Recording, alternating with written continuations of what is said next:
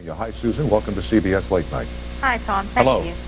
I watch the show as often as I can and enjoy it immensely. Well, thank you very much, young lady. Say hi to Bob Costas. Hi, Bob. Hi, Susan. My question is that now that we're at the opening of baseball season and the recent opening in Chicago, what is a memory you have of Harry Caray that you could tell us?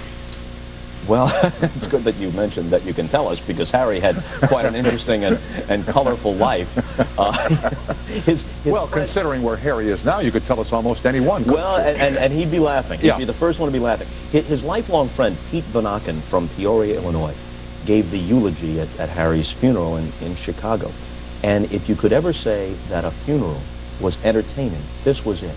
The place was just rocking with laughter. Were you there? Yeah. And Pete turned to the priest and said, "Father, I know this is a resurrection mass. Please don't resurrect him. None of us could go through it again." and then he said, "You know, I'm just glad that they've chosen to bury him rather than have him cremated, because if they did cremate him, he'd burn for months." Harry threw some of those Budweisers down over the years. Yes, he always said, nobody could sell your team or sell your suds like I can. And he was right. Cub man and a Bud fan. Contrast that funeral to the Mickey Mantle last rites.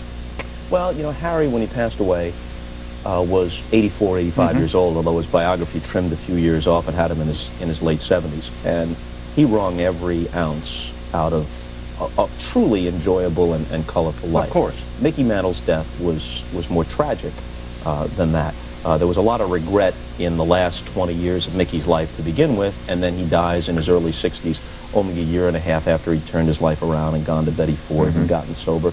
And there was always something poignant about Mantle. And so, as I remember in giving the eulogy that day, there were a few lines in what I said that got some laughs in the church, but by and large, it was a sadder occasion than Harry's passing. Susan, I'm glad you called, and thank you for your nice compliment, okay? Thank you, Tom. All right, have a nice evening, young lady. Thank you. Bye-bye. Bye-bye now.